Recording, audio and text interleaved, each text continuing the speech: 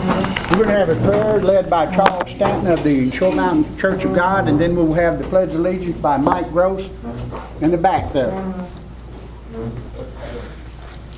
Father, we come to you in the mighty name of Jesus. Lord, we just thank you, Lord, for America and, Lord, the freedoms we have. Lord, we thank you, Lord, for an opportunity, Lord, that we can express our opinions. Lord, we just ask your guidance, your wisdom, and your will to be done in these proceedings today. We ask it in Jesus' name. Amen. Amen. Mike.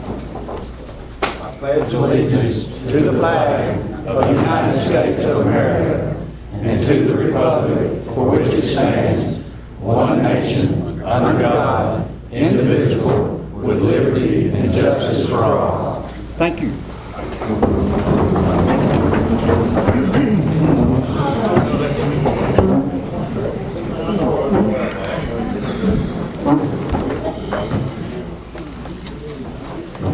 Courtroom's about as full as our agenda is. We do have announcement to make. We were corrected by our man who's been in office longer than anybody here. We will be taking number 14 before number 13. Evidently the rule is that you pass the appropriations and then you set a tax rate. And that's the way I originally had it, and then I thought about it and I changed it. So we're changing it back.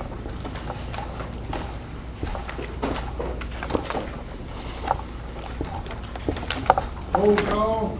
Mark Parker. Present. Russell Reed. Here. Todd Holmgren. Here. Kenny Nicholls. Here. Jim Bush. Here. Kevin George. Here. Lynn Higgins. Here. Tommy Neal. Here. Kevin Munyan. Here. Bob Stephen. Here. All present. Okay, if you notice in your packets there that we have the minutes that was were taken and reported to us by Mrs. Neal back there, Tracy Neal, and we appreciate that. You had time to look at these, I hope. Are there any questions or additions to it?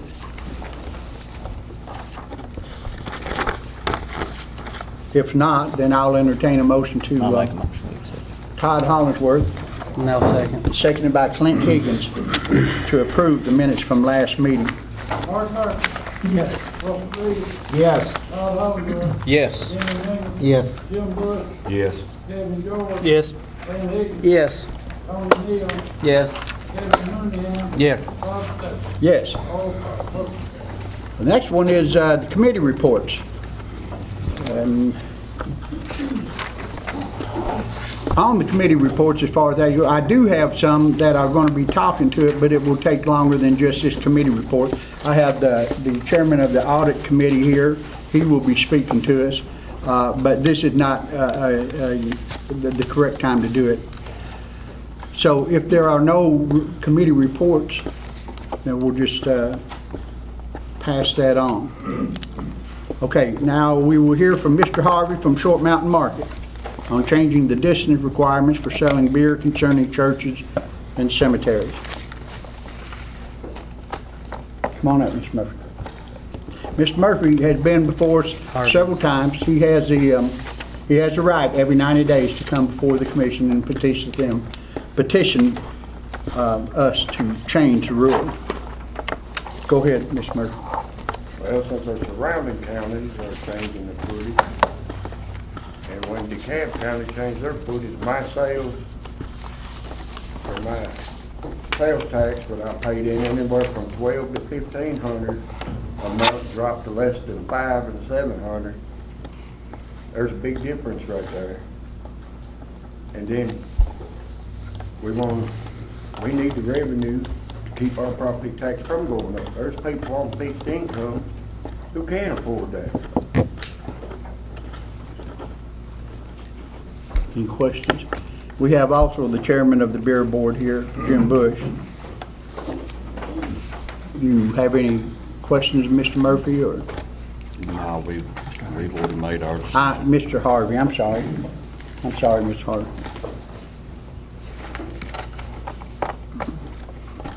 All right, let me read something to you. Distance rules. County legislative bodies, this is what Mr. Harvey gave us.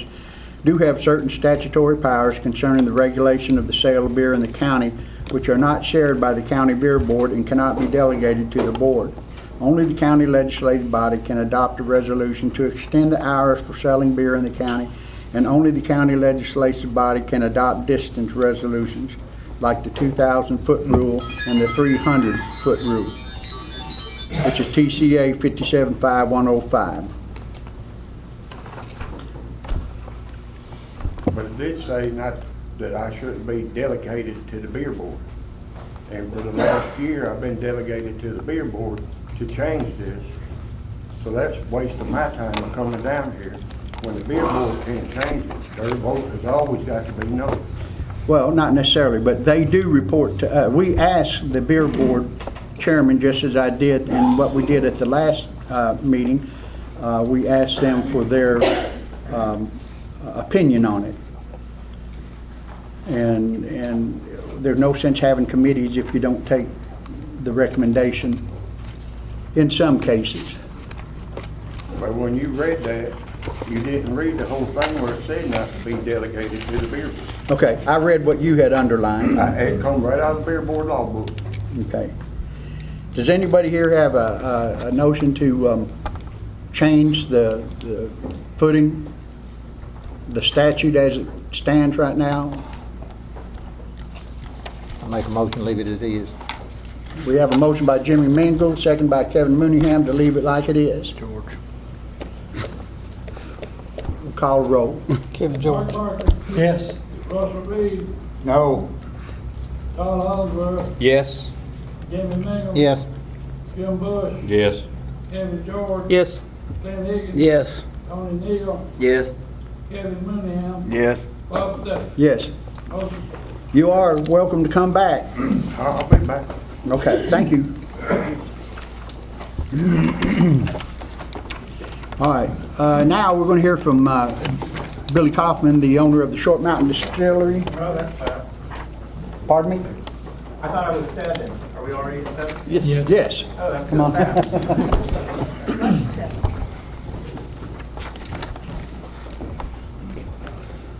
I'll just go right into it. We're here about, we're having a festival in October, and there's been a lot of rumors, concerns, and I guess worry about our festival and the size of it. And mainly, I think we're just going to talk about the size of the festival, which is we've decided to greatly reduce in size. There was talk of 10,000, 15,000 people, and in the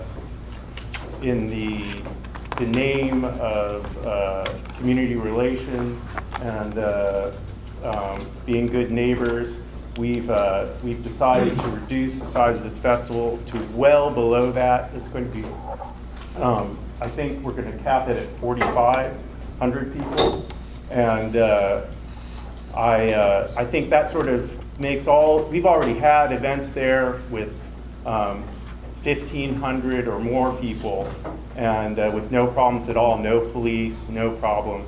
And there's plenty of resources for that, and we're going to be providing resources. So I think with this new number, all these concerns are moot, but I think I'm happy to hear people's concerns. But please understand, we've changed the whole nature of the event by reducing the number of people that will be attending it. And it's going to be a completely different event. So if your concerns were all about these large numbers of people that are going to be coming to Cannon County and creating problems, that's all disappeared. But we can go into those details if you wish. I think John Whitmore might want to have a few words. I wasn't even going to be saying anything, but since I was called up, I just sort of felt taken.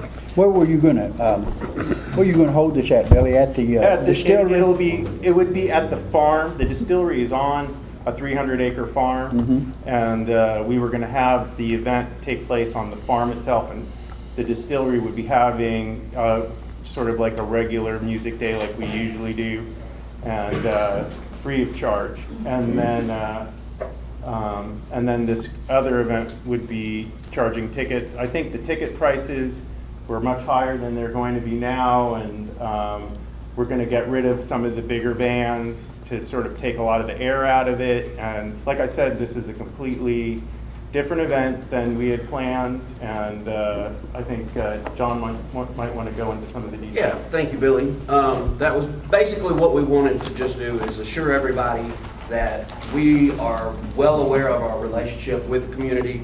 It's been a great one up until this point. We want to make sure that that is, you know, a continued thing. Infrastructure, being realistic about the number of people that you could get into a place with the limited access that we have as far as roads and that sort of thing. So, you know, as we've already talked about, we're gonna try to build this slowly. We've done a good job at the distillery when we have bigger events of making sure that it flows pretty well. We've appreciated all the support that we've gotten from the community. Everyone from the EMTs to the sheriff's office to the police department, everybody has always been really cooperative with us, and we want to just keep that up, and we want to make sure that everybody that's interested in being involved in this, whether it be from a security standpoint or even vendors, you know, that sort of thing, we want to make that all available and hopefully be able to grow this into something that's even, you know, bigger than what it is now as far as a tourism destination and different people coming into Woodbury for different kinds of reasons. It's something that's exciting to us, and hopefully everybody is going to continue to support us in the way they have. How are you going to keep everybody from coming? Because I actually talked with somebody on Saturday that was from Virginia, and they're planning on coming back just for that. Obviously, that's a huge concern. Are you going to have, I didn't mean to interrupt you, Yes, sir. but are you going to have tickets that are pre-sold?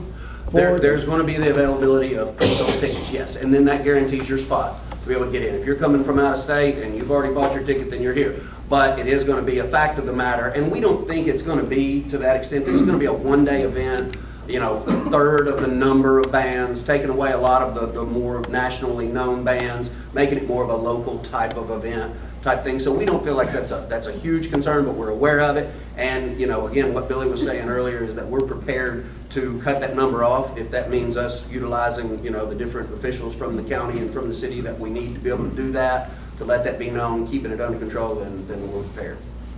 When was this decision made to change your venue? Well, you know, that's one of the things, is that it was never an ironclad plan anyway. We never knew how many people. It was always something where you gotta, you know, see how many tickets you sell before you know how many people. Basically, this has been something that's been an ongoing discussion with us. We've had some concerns from some of our neighbors as far as noise, as far as traffic. You know, we've had some budgetary concerns getting into things that, you know, we weren't aware of full cost and that particular type of stuff. So we've just decided that for the best right now, first year doing it, let's make sure that it's something that we can maintain. Now, I've seen it advertised it's gonna be at least a couple of, maybe 3 days. How come you're scaling it back? Well, again, just, you know, infrastructure concerns, the ability to handle that type of, you know, that amount of people that are going to be coming in. We just feel like right now, with the number of tickets that have been pre-sold, this is an easy decision to make and probably a smart. What kind of resources are the distillery gonna put forward to help the county to deal with the cost of this? Well, As manpower for the sheriff and the EMA and... Sure, those are all things that we've discussed with them and How aware about of. discussing with us 10 here, what kind of resources are you gonna put forward, sir? Any that are necessary for the amount of security that we feel like we'll have. With this number of people that we're capping at 5,000, there's not going to be what we foresee as an extra added workload to the community or to the county officials and that sort of thing. We're probably going to want to incorporate them, and that'll be done as, you know, possibly off-duty police that we'll hire, that sort of thing, you know, making sure that we have adequate security. But under the regulations that we're aware of, with this number of people that we're talking about, then that's not really something we have to be concerned with. Darrell, have you made a cost survey on this? No, I don't know what's going to take place at this point. I've asked for more or less give me an idea of what's going on, but they're scaling backs. They can do like the horse riders do, or off-duty police officers work. Now, you realize if these people start coming in and expecting to go into your establishment and then you start turning away, that it's just going to cause even more traffic problems. Yeah. Well, I just want to address this. We talked about hiring some police officers in the beginning of this event to make sure that people know that it is sold out. Everyone's being very optimistic, first off, thinking that there's going to be so many people coming to this. But let's say we get sold out and there's more people coming. We could have people out even, at the major intersections with signs saying that the event is sold out and they need to turn around and go the other way. And I think that's perfectly acceptable for an event where there's a cap on it. So, before, the people get into our area and create a traffic problem, we could have people stationed in Smithville or Woodbury or Murfreesboro even. We could even do announcements on the radio, something that says, the event is sold out. But like I said, I think that's being very optimistic on your part. How much are the tickets? We're going to reduce the number of bands and reduce the price of the ticket. I don't know what that is at the moment. That's really like what the distillery is doing, is providing the venue for these gentlemen to promote their event, and that's really up to them. But I think They'll pay sales tax here in Cannon County on the tickets, right? yeah, so they're selling this tickets out of the Art Center.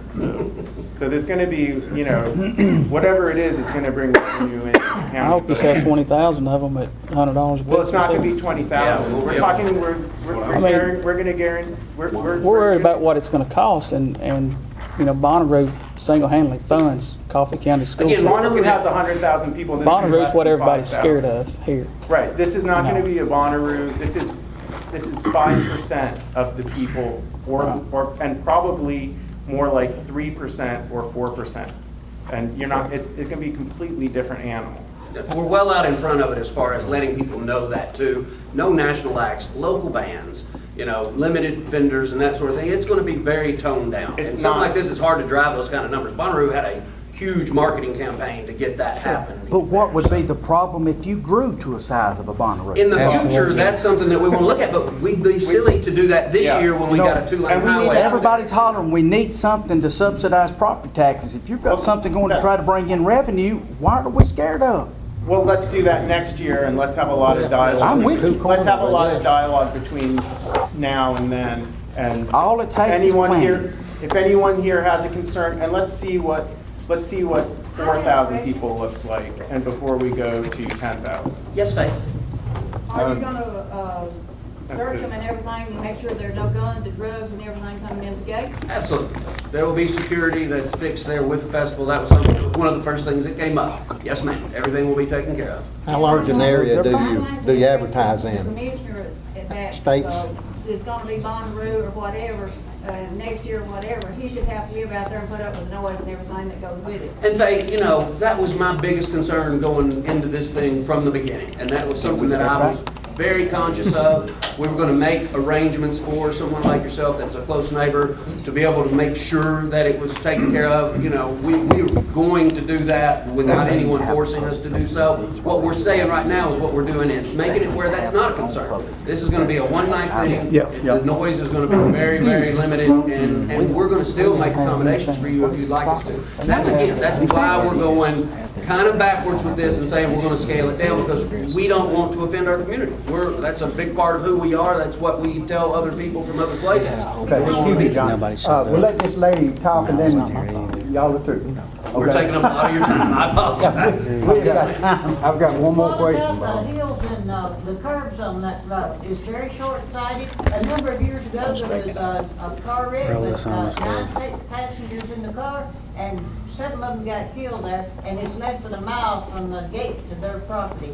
Yes, ma'am. And that's another big concern. And that's something that we're going to look at as we move forward in the future. If we're going to have bigger events, we're going to have to look at that with TDOT and other people and make some arrangements and pay our end of it and that sort of thing. I think what you're going to find, though, that if the traffic is slowed down because of the higher volume, then those curves aren't quite as dangerous as what they are when people are going a little bit higher speed. But yes, ma'am, that is again something that we take very seriously. Okay. Yes, sir. How you gonna handle your Great American Beer Tour part of it? You still having that? That's something that we're gonna have to just look into more specifically now. We hope to have a scaled back version of that, but a lot of these bigger vendors and that type of thing, they need promised guarantees as far as the amount of money they're gonna be able And to the make and that volumes, kind of thing. if So, we take the people you know. away, a lot of the vendors will leave too. That's just part of it. The license part's what I'm concerned about, What about the license? the beer license. I think that has to do with ticket sales and them having their licenses that they already possess. But licenses are site-specific. You cannot move the license from one location. It's a complete, I think it's a different type of license. It's like a catering license and having a private party. You don't need to have a beer license to have a wedding or something like that. Okay, thank you, Billy. John? Thank you very much for your Appreciate it. time. Thank you. Have a great night.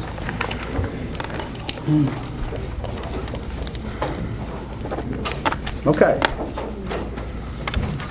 We're now, number 8, we're now hear from Chairman Tim Bell, of Homeland Security, and Cannon County Hazard Mitigation Planning Committee. Tim?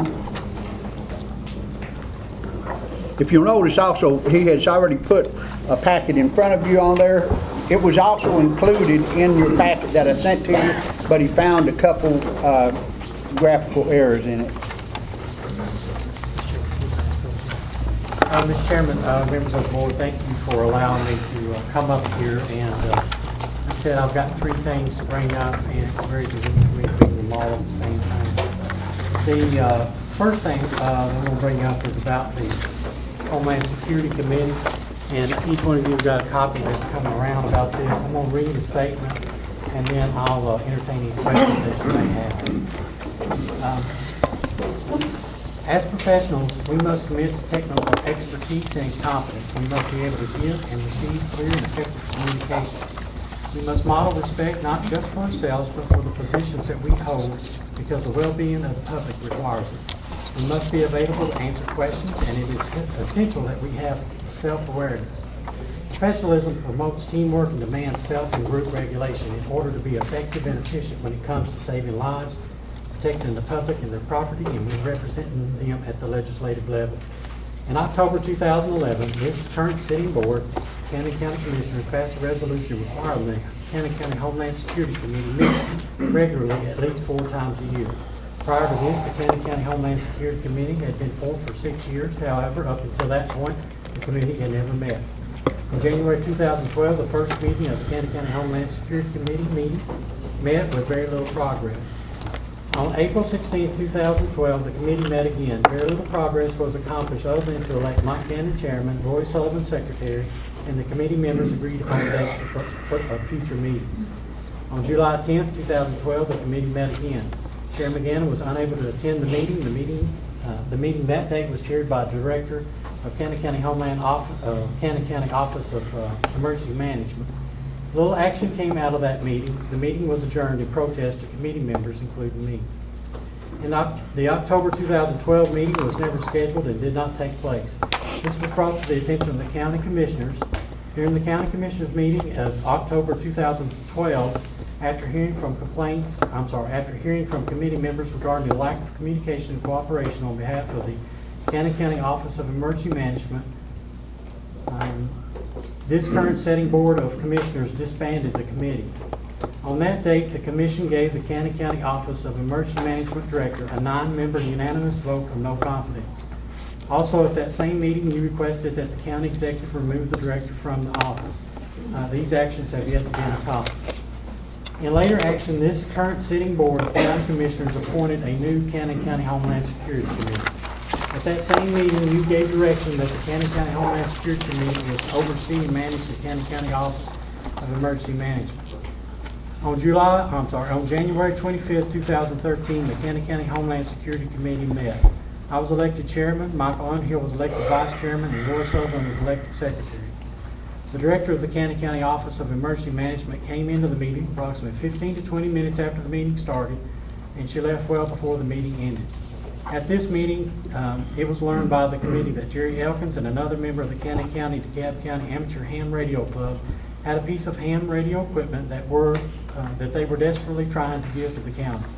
The amateur Radio Club had received this equipment from UNASI, which is the Nashville District of Homeland Security. And they stated that they had tried to contact the Cannon County Office of Emergency Management Director on several occasions without success. This equipment in possession of these private citizens, which totaled $5,500 estimated value, was county equipment, and they felt that the equipment needed to be given to the county for testing and utilization for disasters. Due to the lack of action by the Cannon County Office of Emergency Management, the committee agreed to take possession of the equipment and place it at the 911 center. This has been accomplished.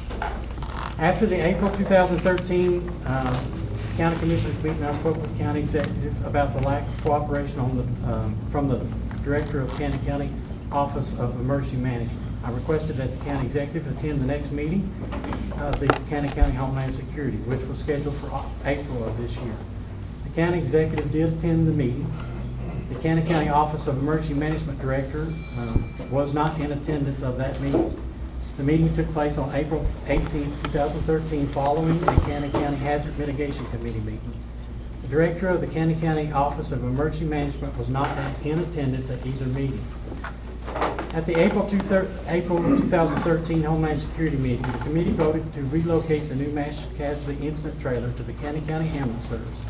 It was noted that the local ambulance personnel had never even seen the inside of the trailer and were unaware of its contents. All committee members present believed that it was important that the local emergency medical personnel should take possession of the trailer and its contents in order to prepare for future disasters. The Homeland Security Committee was assured by the county executive that this would be accomplished. However, as of this date, and to my knowledge, this has not been done. Also, at the April 2013 Homeland Security Committee meeting, the committee requested that the county executive relocate the picture ID equipment from the director's home to Woodbury. The Cannon County School Systems made a request at the April 2013 County Commission meeting to utilize the picture ID equipment for school staff and students. The committee also requested that the county executive house the equipment at the Woodbury Police Department after the school system was finished with the equipment for the 2013-2014 school year. This request would allow emergency workers in Cannon County to have picture IDs as well. Emergency workers in surrounding counties have had these picture IDs for quite some time. Each county has issued the same equipment from the State Homeland Security District. As of this date, and to my knowledge, this has not been accomplished.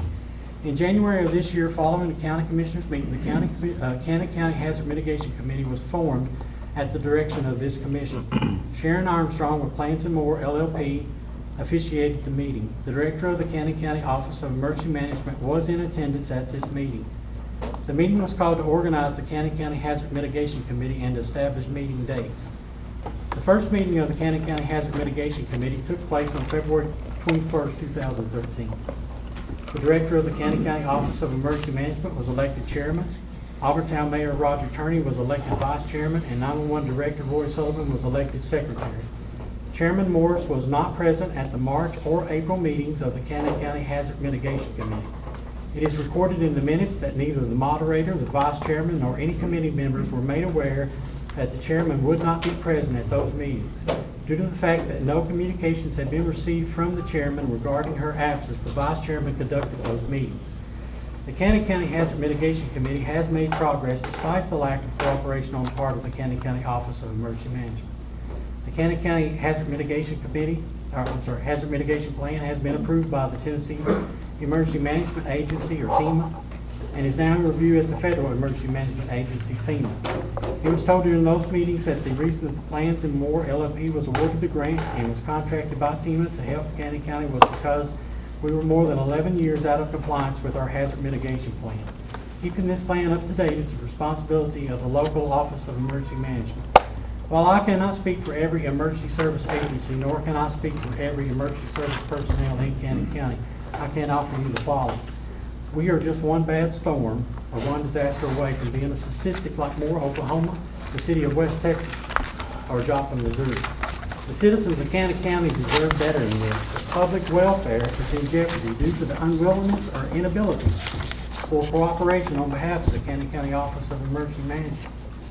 It is a general belief by many emergency service personnel in this county that the lack of communication, cooperation, and professionalism on the part of Cannon County Office of Emergency Management has reached a level that can no longer be overlooked. It is obvious that the director is either unwilling or unable to work with emergency service departments in Cannon County. It is also obvious that something must be done on the part of the county commission to ensure that lives in Cannon County are protected. You might say that I'm under contract with the rescue squad. We have general elections with for executive officers each year in December. In 4 months, 25 individual rescue squad responders will either re-elect me to the position of chief operating officer or they'll elect somebody else. I'm also the chairman of the Cannon County Homeland Security Committee. I was appointed by this commission and I was elected chairman by the committee members to oversee the committee. In January 2014, the committee will have the authority to elect new officers. If I'm doing a good job, then I most likely will be nominated. If the committee thinks that someone else is doing a better job, then they will elect a new chairman. Each one of you and the county executive are under contract. Your contract is up for renewal next year. Everybody goes through performance evaluations, whether it be at work, or if it's with a volunteer position, or if it's with a governmental elected position. We all have the responsibility to protect the citizens of Cannon County. Each one of us has been appointed by our peers or elected to the positions by constituents. We have been entrusted with our communities to represent them and to help protect the lives and their property. It is a great honor, but if we do not perform to expectations, we will be replaced. The public welfare requires it. In closing, I'm going to read my first statement again. As professionals, we must commit to technical expertise and competence. We must be able to give and receive clear and effective communication. We must model respect, not just for ourselves, but for the positions that we hold, because the well-being of the public requires it. We must be available to answer questions, and it is essential that we have self-awareness. Professionalism promotes teamwork and demands self and group regulation in order to be effective and efficient when it comes to saving lives, protecting the public and their property, or when representing them at the legislative level. My question to you is follows. What must we do as a committee to help you ensure that lives of the citizens of Cannon County are protected and that our citizens receive the same level of care and community support as our neighboring communities or counties? And what are you going to do to help us achieve these goals? Thank you, Tim, on that. I know you have two more stuff, but this is going to have to be addressed right now.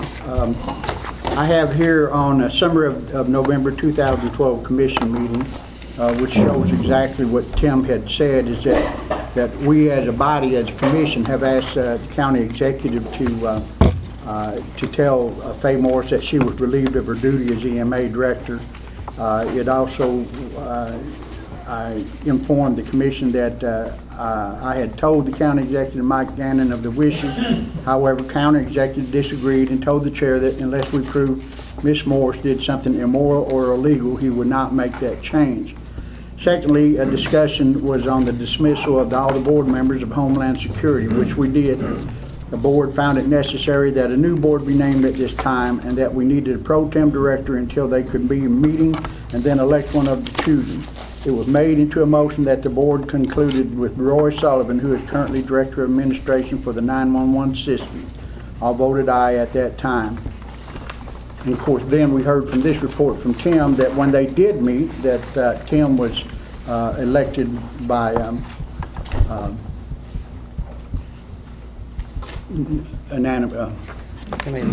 Thank you.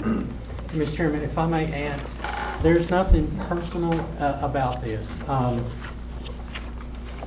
It's all a matter of taking care of these people. I am one of these people. If I live in Rutherford County, rules are different. And why rules should not be different county to county. And this is in no way to embarrass anybody's office, whether they be elected, appointed, or whatever. But it's got to the point where it's not funny anymore. It's getting dangerous.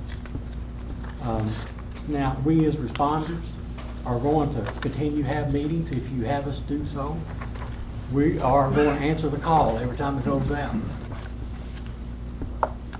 But coordination between departments is limited when you cannot sit down at a table and have clear conversation. If you won't come to the meeting, it's very easy for no conversation to happen. Now, gentlemen, you have the authority, maybe, but you have the moral and ethical obligation to do something about it. Do you have any questions?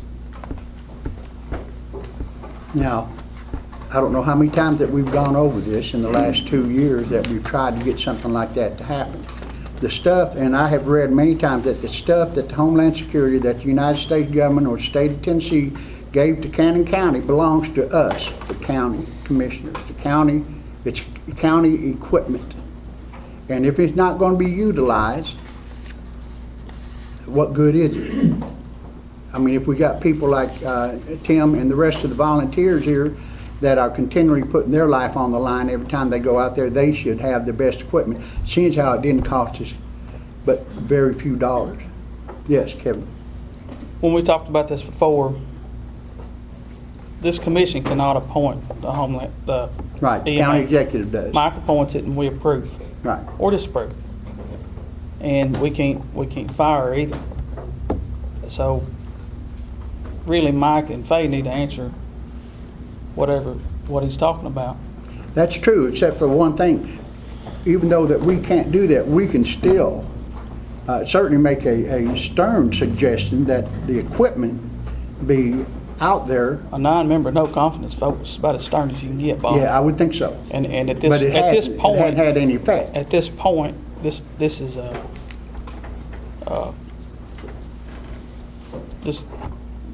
we can't. What can we do? Mr. Chairman. We can go down there and drag all that equipment out and put it up there at the 911 center. Mr. Chairman. Go ahead, Tim. Commissioner George, let me, if I could address your issue to the best of my ability here. This commission appointed the committee. That's why I'm reporting to you. I had candid conversations with Executive Gannon, and I told him in April that I was going to have to come to this commission meeting and explain to you, because you guys are the ones that appointed us. I can't explain myself to somebody else that didn't appoint us. I can't go to Rutherford County and explain it to them. You guys appointed us. Now, we'll do whatever you direct us to do. If it's have no more meetings, if that's what you want us to do, we won't have any more meetings. What does having no more meetings do? Do we lose funding? Do we lose? We potentially lose funding, all right, number one. And number two is we have no coordination between the agencies unless we do it ourselves. There's been, this is about 2 pages of hammering on Faye, and I think Faye deserves a few minutes to talk. Nobody said she didn't, but Tim's not done yet. Okay, well, we need to make sure that she gets her time here, because that was... And that's fine. I'm not, our country is based on laws and debate.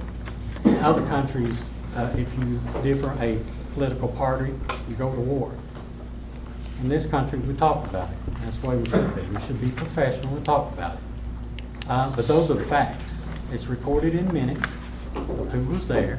It was recorded when the chairman was not there. It was recorded in the minutes of who attends these meetings. So I think that the facts are very clear. Now, you can stand up here and make smoke and mirrors, but at the end of the day, the facts are very clear.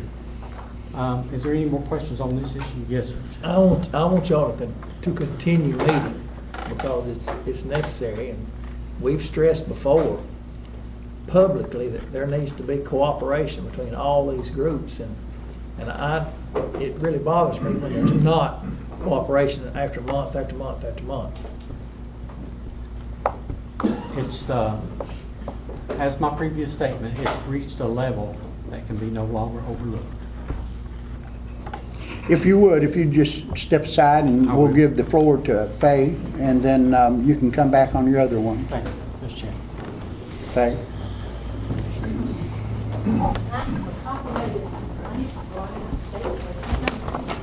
Give her mine.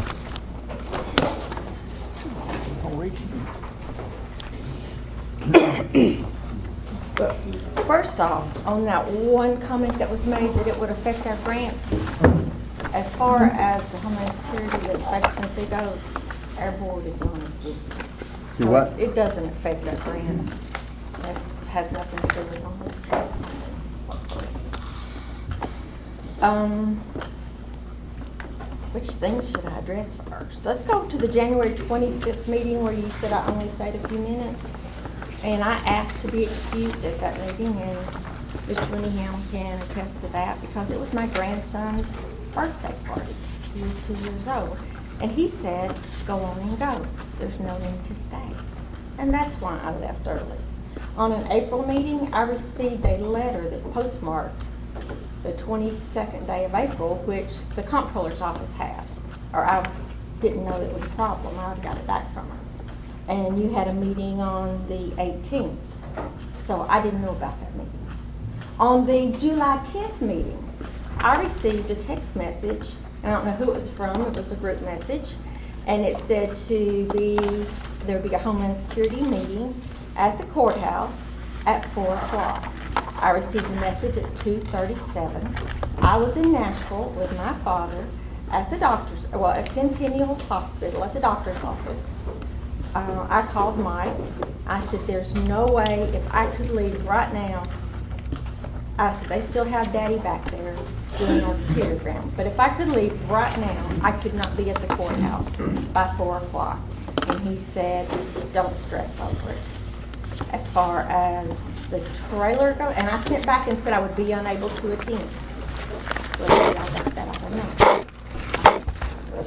As far as the trailer, at no point in time did I know it ever been voted on to be moved to EMS. Say that again, please. At no point in time did I know that the Homeland Security had made a vote to move it to EMS. That had not been But Mike had called me and wanted to know if I cared to move it, and I told him no. I called to get whatever paperwork I needed to transfer that to EMS. At that point in time, they tell me that it has to be housed indoors. So I then called Mike back and I said, what do you want to do?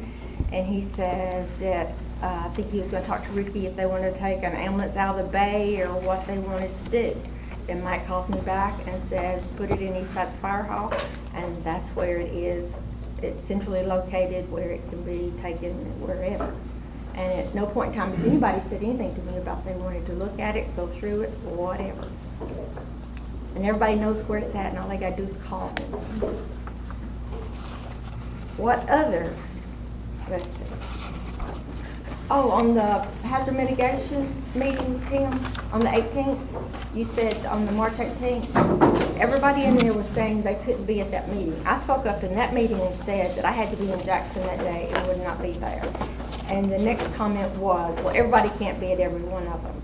So when we left the meeting, everyone in that meeting on March 18th knew that I wasn't going to be there. And I didn't know about the April meeting, so.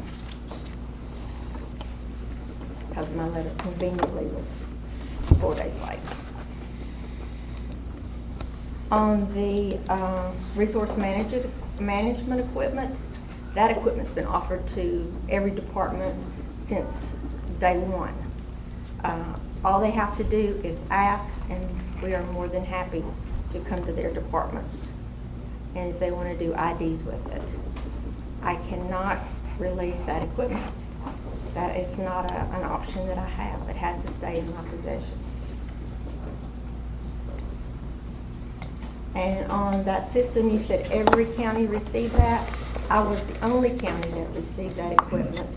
And that's why we have had to take it to Sevierville to the fire, and we've had to take it to Coffee County, and we've taken it to responded it to all these different locations. Yes, I got sir. a question on that one before you go any further. So this ID equipment, you're saying you're the only one that got it, you had to take it to Coffee County? Mm-hmm. I've responded it. It's a funny thing, then the guy at the Coffee County Emergency Management's the one that made my badge for Coffee County. So you released it from your possession to them to use? No. Since then, they got to. But when it was originally bought, they just got theirs. Just got theirs when?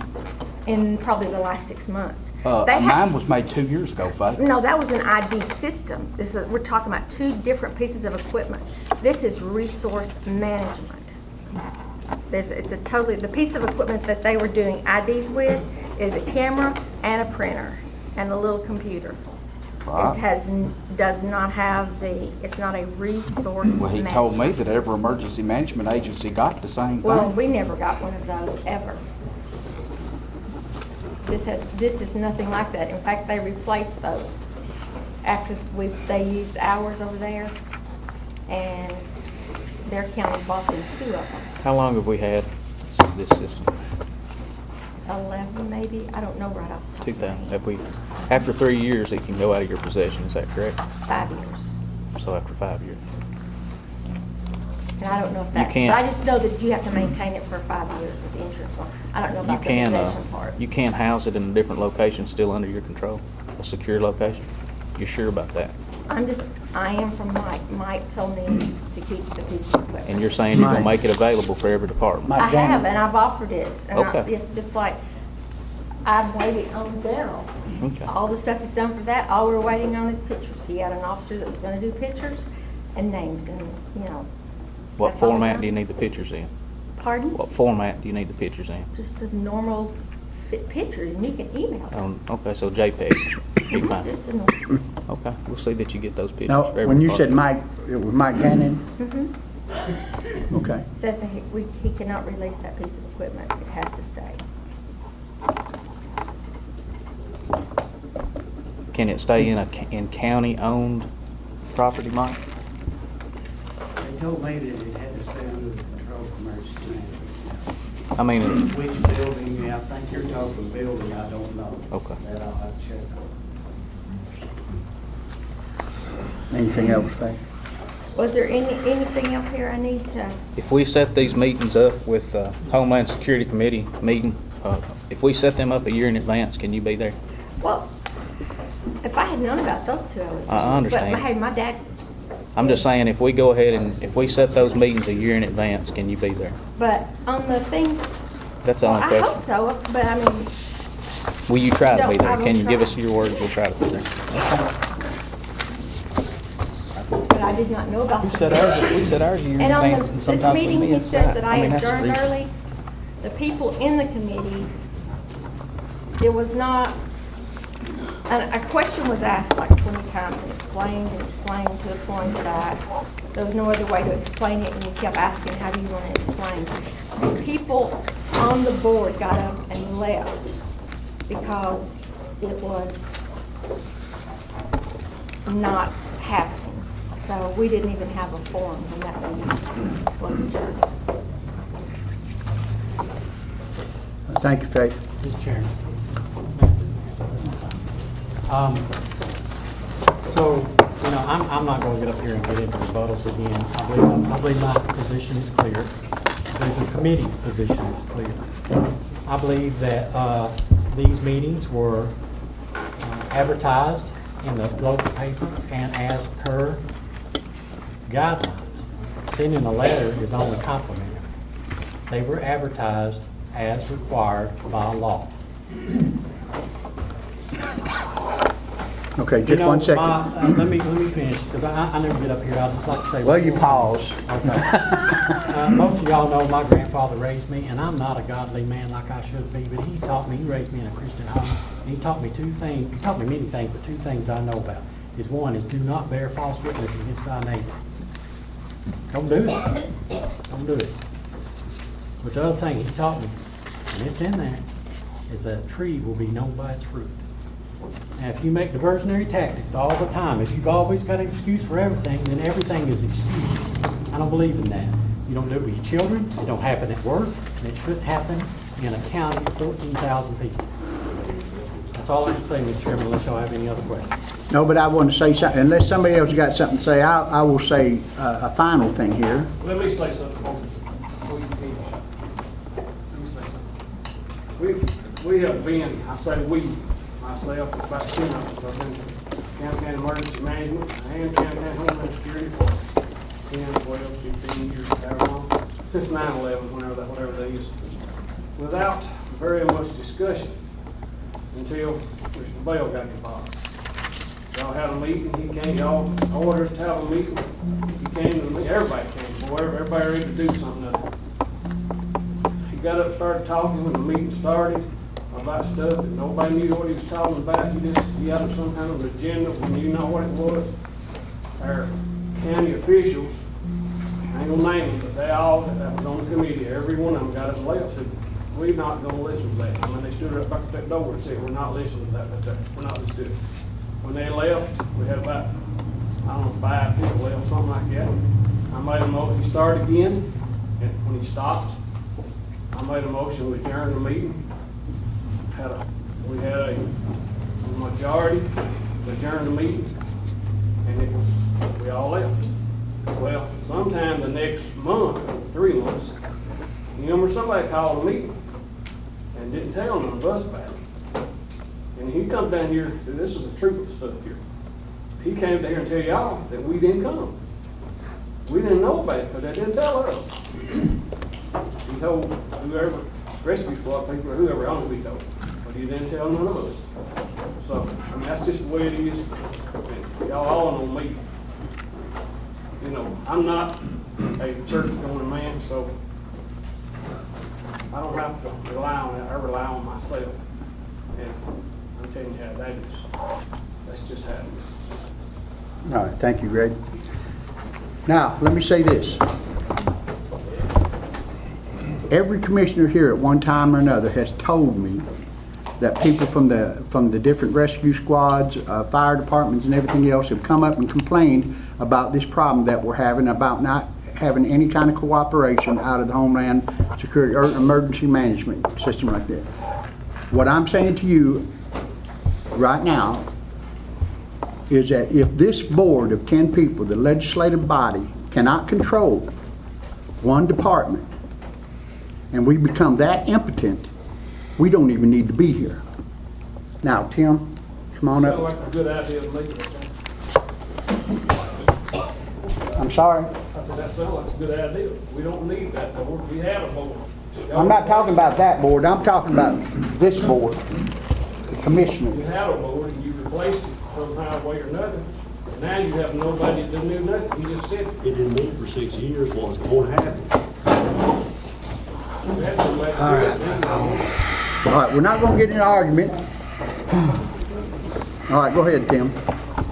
Okay, thank you. And so the two resolutions that you have there in front of you, I originally sent those to the chairman, and they had a couple of mistakes in them, so I printed off the newer ones today. I'm asking you that to pass two resolutions, neither one of them have to be done today, but the one on top there, all that does is recognize that the squad was formed in '78, and that we, what our basically our mission is, and that you agree for us to continue to do that.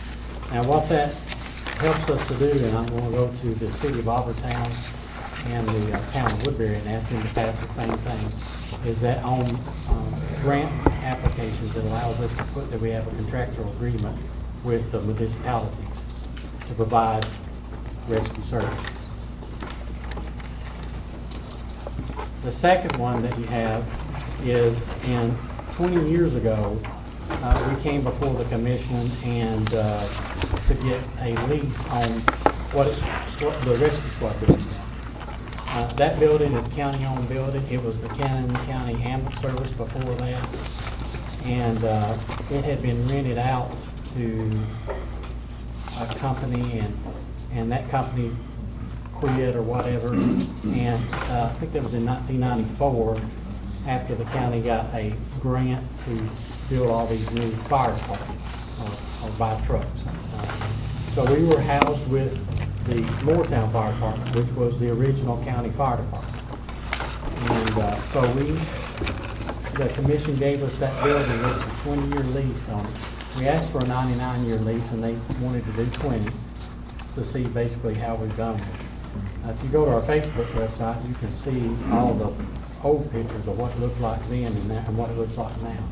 We put a substantial amount of money into it ourselves. The county's put money into that building. It's a good location. The only time we have any problems out of it is during the horse show, but we just move all the equipment out one time a year. It's not a real big deal for that. So that lease is up in 2013. This year, we'd like to see you guys go ahead and just extend that lease. I brought a copy of our bylaws if anybody would like to see that. Basically, the rescue squad, the way it is organized and chartered, is that if the squad ever dissolves, all of the assets, equipment, money, or anything else is turned back into the county executive's office. So it's all county stuff, whether it is or not. True. All right, let me have a motion from any one of y'all.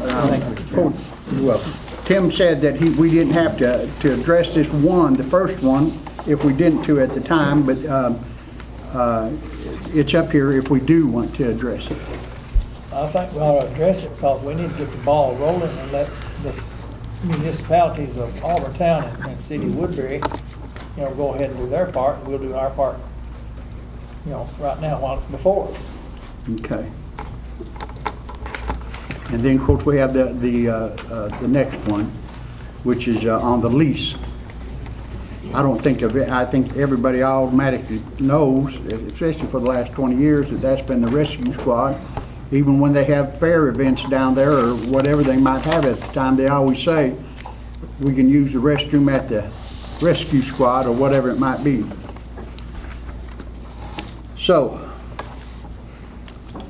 it said, whereas the Board of Cannon County Commissioners have determined to be the best interest of the citizens of Cannon County for the Cannon County Rescue Squad to provide these services. Cannon County Board of Commissioners grants approval of the Cannon County Rescue Squad to provide these services, and we wish them continued success in providing life-saving care. This is number 9. To have that on a formal contract between the county and the rescue squad. Bobby, could you call, well, I need a motion for it, I'm sorry. I'll make a motion that we enter into a formal contract between us and them. I'll second. You got a second, Clint Higgins. Art Barker. Yes. Buster Reed. Yes. Paul Hollenwood. Yes. Kenny Mingle. Yes. Jim Bush. Yes. Kevin Ward. Yes. Clint Higgins. Yes. Tony Neal. Yes. Kevin Mooneyham. Yes. Bob Stuckey. Yes. All five. Now, Tim, before we go out on this, we need to know the lease that you're looking at is not going to be 99 years, but it can be for another 20 years. All of us are going to be gone by that time. The way that I turned that there. Well, I'm going to be gone by that time. We did want to include a future board commissioners if they needed that property. Right. Put a clause in there that if the commission ever needed that property, for whatever reason, that they would, and help us find another piece of property. But basically, as long as we are in existence and doing the mission that we're doing, and can utilize that piece of property, the house, emergency equipment, that. As long as it's able to accommodate that, yeah. That's addressed in the last clause in it. Yeah.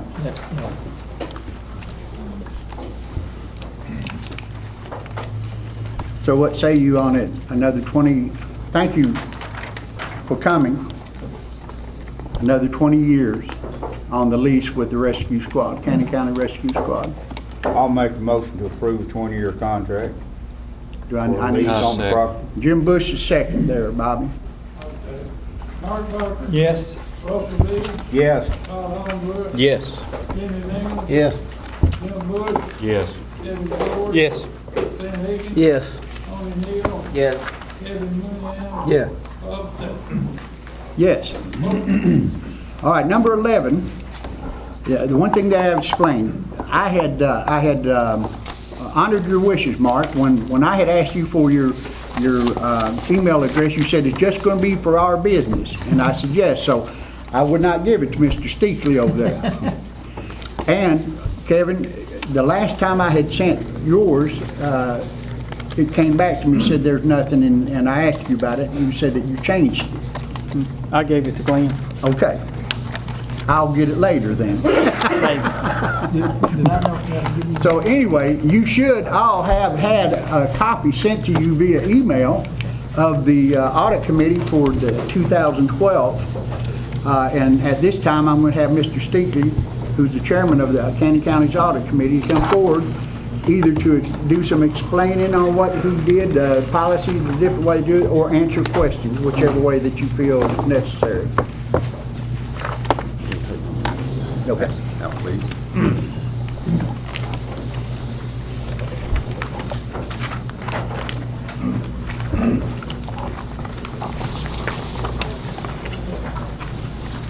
Chairman Stessel, Commissioners of Cannon County, first of all, I want to thank each of you for your untiring and often unappreciated efforts in serving our legislative body. I also want to thank you for the opportunity you've afforded me to speak to you on behalf of our Cannon County Audit Committee. I trust each of you by now has received the committee's 2013 report sent on July the 23rd and have had an opportunity to review it. The resolution passed by this commission in 2011 requires the audit committee to submit this report annually, outlining how the committee discharges its duties and make recommendations. Those recommendations are based on our findings, and we are to report that to the full commission. This report has also been submitted to the county clerk's office as a matter of public record.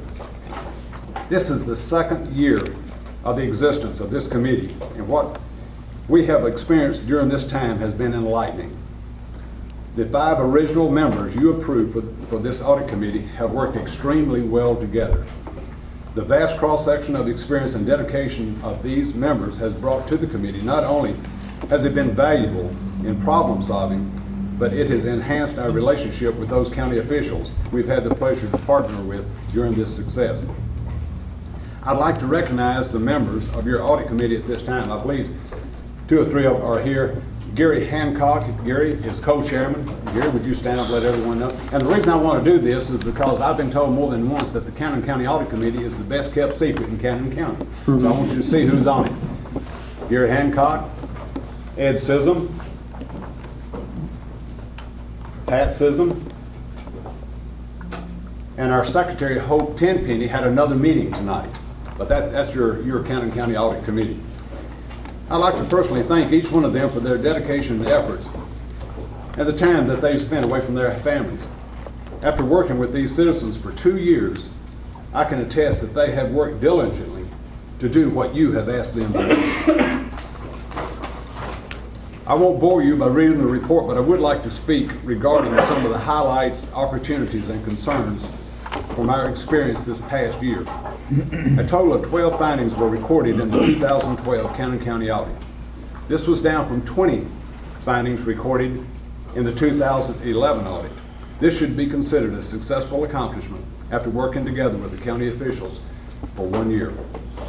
Our first meeting after the release of the 2012 audit, which was released in February, was 27 days earlier than it was last year. The reason for this early start was an attempt to prevent any possible recurring findings before the pre-audit activities began for this upcoming 2013 audit. This is important. You have found in our current report that 7 of the 12 findings recorded were recurring. Of those 12, they were assigned to 8 different departments. You'll also find that each audit finding is listed with the specific information that was discovered during the reviews, the actual cause of the finding, the committee's suggestions, and preventive action that should be taken.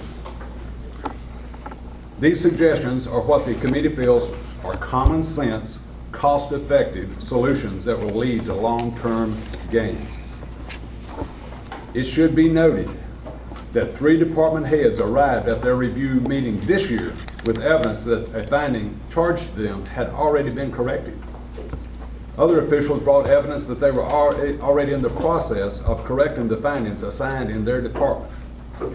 The citizens of our county should appreciate the proactive position that has been taken by these officials, I would like to point out that the improvements seen thus far are the result of actions taken by the county's department heads and their employees buying into the process of continual improvement. While processing the findings recorded in the 2011 audit, it was observed that a major deficiency resulting in these findings was the lack of internal controls, specifically the absence of documented procedures being used by our county employees. Most root causes could be tracked back to the county employees or department heads not knowing that their actions were violating Department Auditing Procedures or OMB codes. Since this was the Audit Committee's first year of existence, the decision was made not to bombard the Commission with recommendations to address all 20 findings, but to propose one finding, one priority recommendation that would most benefit our county. That one recommendation was for the county to begin establishing written process procedures to assist in controlling and supporting department operating processes. As of this report, there has been no evidence that any action has been discussed by the Commission regarding this recommendation. After review and the process of the activities of the audit this year, this evidence is even stronger that this recommendation should be considered. It is possible that 7 of the 12 findings recorded in the 2012 audit this year could have been prevented if department procedures had been developed and in place at the time of the audit. After reviewing and processing the findings for the 2012 audit, the Audit Committee has 4 recommendations. Those recommendations are: number 1, begin developing department operating procedures or job descriptions and have them readily available for county employees. This can be done by requesting CTASC assist in the department development at no charge, or obtain an outside consultant, which is most likely the most expensive, to come in-house and work with the departments in creating these essential documents. Or utilize a process where each employee is given a standard format and requests that they document their own job descriptions, then have those job descriptions reviewed and verified by a professional before implementing. Written procedures for each process will provide documented instructions to current county employees as to the proper methods to perform their jobs.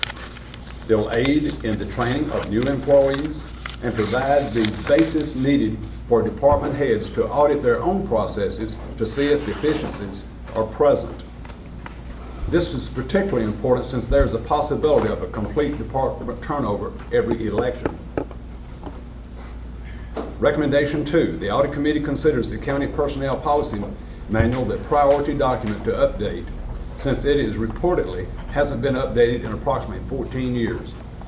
This revision would include a new employee package which would have included the required forms to complete, along with a sign-off sheet of a new employee to sign confirming that they have been presented all of the required documentation and forms.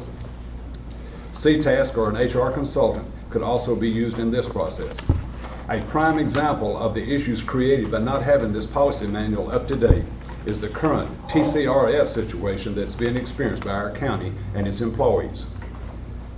Number 3, approve the expenditure of purchasing a system upgrade and server for the Circuit and General Court Clerk's Office. On May 15th, during the budget hearings, a letter detailing the benefits and support of this purchase was sent to Chairman Stetzel and Commissioner Barker for consideration.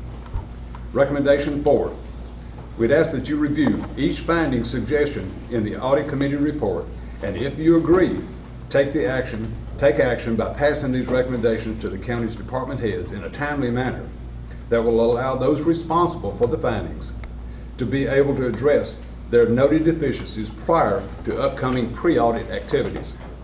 This could prevent additional recurring audit findings. Financial audits are a way of determining the state of a financial system's health. Like their medical equivalent, they can be used to provide preventive medicine now rather than address the problem later when the circumstances could be much worse. Eliminating future audit findings and increasing department operating efficiencies can only come from stronger internal controls that will allow monitoring the department processes prior to unintentional acts. We now have an opportunity to take steps to correct some of the financial issues that have been troubling our county. And it can be done with minimal expense and effort. We urge the Commission to not allow this opportunity to pass. The Audit Committee would like to say again that the results seen thus far are actions taken by the county's department heads. They're the ones that have actually made the changes in their departments. To those officials that have taken the initiative to correct the deficiencies found in their departments, we applaud your cooperation and your efforts. Since audit committees are relatively new to Tennessee, there has been very little reliable information documented to guide us. For this reason, standard operating procedures were not developed during our first year. We have had to wait to find out for ourselves what worked and what did not work, what was legal and what was not legal. Our own procedures are now being processed and are almost complete. They will be presented to and voted upon by the audit committee members within the next few weeks. Your audit committee has already gotten the attention of other counties and government agencies. We have already been contacted for information on how we effectively operate so others can use it as a baseline to set up other audit committees. Your audit committee thanks you for the opportunity you have given us to help improve our county's financial health, and we look forward to another year of working with our county officials to make additional long-term gains. And thank you again for allowing me to speak. Thank you, Lynn. I want to tell you, I've always been impressed with your committee, and y'all work closely. You actually called in the audit committee auditors from the state and got with them to discuss the different things that you have done. Is that correct? Yes, I've had several phone calls and emails with Mr. Carl Lowe. He's the manager of the county audit. Yes. Okay. I think it's been over 2 years now, Mike, that you had talked about having this policies, and we were all supposed to write in our own suggestions to it. Does anybody remember that? I mean, because I wrote down suggestions on our policy of what they would be, or what I'd look for in a policy. Since it's been 14 years since we updated the personnel manual, I think we ought to, start that right now. I agree. And you'd be available to come with us. And CTAS, can Ben Rogers, he'd be the one helping us with that. The other Mr. Rogers helped us with the first one, I guess, 14 years ago, but. That's what I understand. I understand it's been about 14 years. I have looked at it. We've had it in our possession, but it needs to be updated, and that's not a hard thing to do, because some of the things will be just the same. So can we make a motion to do that and to do the other at the same time? What do you think, Jim? What's that? The setting up department operating procedures and job descriptions, and they, while Ben is here helping with the other, he can go to the different employees and help them explain what their job description is. I think every department head would know. Department head would have to come up with their own. Yeah, every department head should know what needs that they have. That's right. Or what they want to see done. That ought not be difficult either. Right. Shouldn't be. It's my opinion that we ought to make a motion and act on number 1 and number 2. 2, yeah. As soon as we can get, because Ben Rogers is a busy man, we need to get on his agenda to come and help us do those things. Are you making that in a motion? I'll make a motion that we contact CTAS and start number 1 with updating the personnel policy manual, and number 2, getting the job descriptions and operating procedures. Okay. Who's going to do it? The same way it was done last time, I reckon. What, Mike? Yeah, the county executives obviously have to do, well, I have to coordinate with him. Right. But he'll go to the other department heads, won't he, Mike? He'll go to the clerk's office and ask them, well, what's your job description of your deputy? And that ought not be very hard.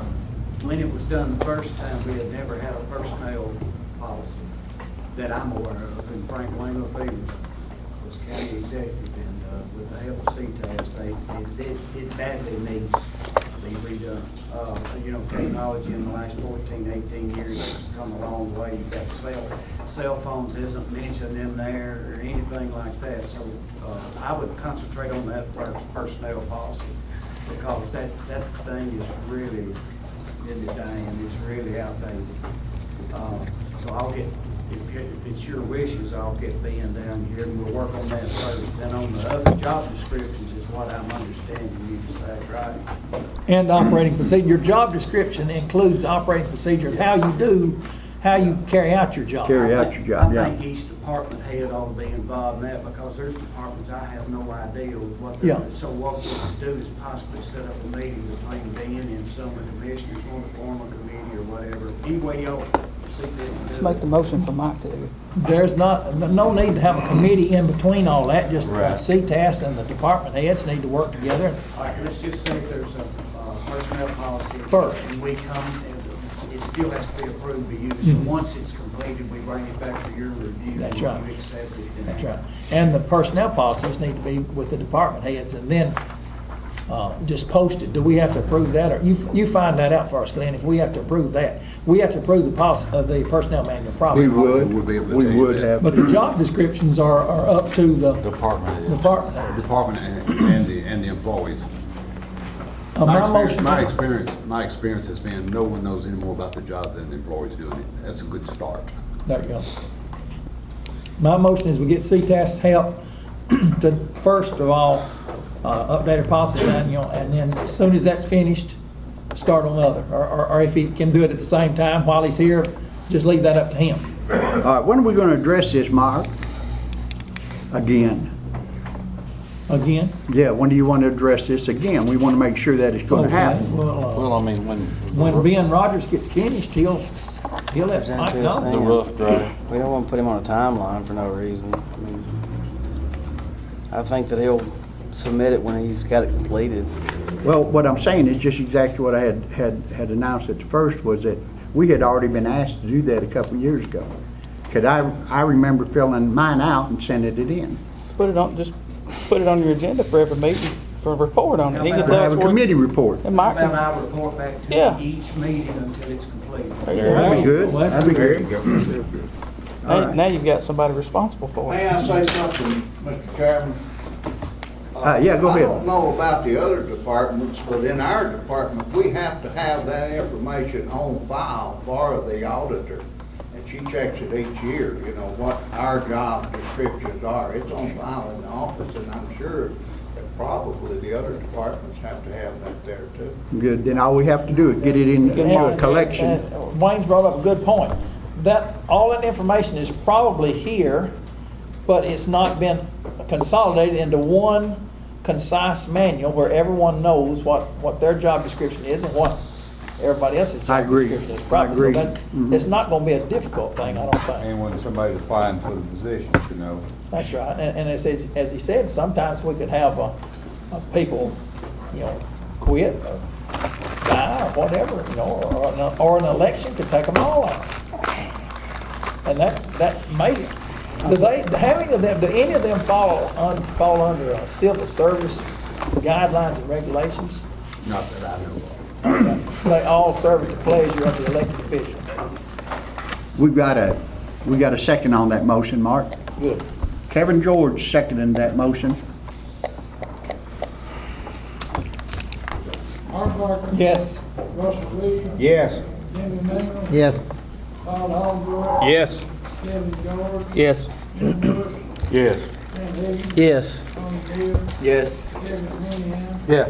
Bob Dale. Yes. Okay. Thank you. For your time. Thank you, Dan, for the good job. Thank you for your time. We can get the 12 done, then we'll take a 5. Up next, you ready? We'll do 12, then we'll take 5 before we get into the budget. What'd you say? Go ahead and do 12, and then we'll take 5 minutes before we start on the Yeah, budget. oh, yeah. On number 12, it says, set up litigation tax to subsidize the increase in the general session judge's salary. This needs Ben's attention. I had asked Ben to do, and I haven't heard back from him on that, but there has to be an estimation or some kind of, he has to go in on some kind of equation to find out whether or not, how much that the salary increase and the litigation tax are together, how much they would, we need to set a litigation tax for. Now, here's another something that I found out about this one. The first time that you do this, which we've done it several times before, it automatically gets done every year. It gets done every year to make sure that even though there's no raise in the judge's salary or anything like that, there always is some kind of equation to bring it up to add on to the litigation tax again.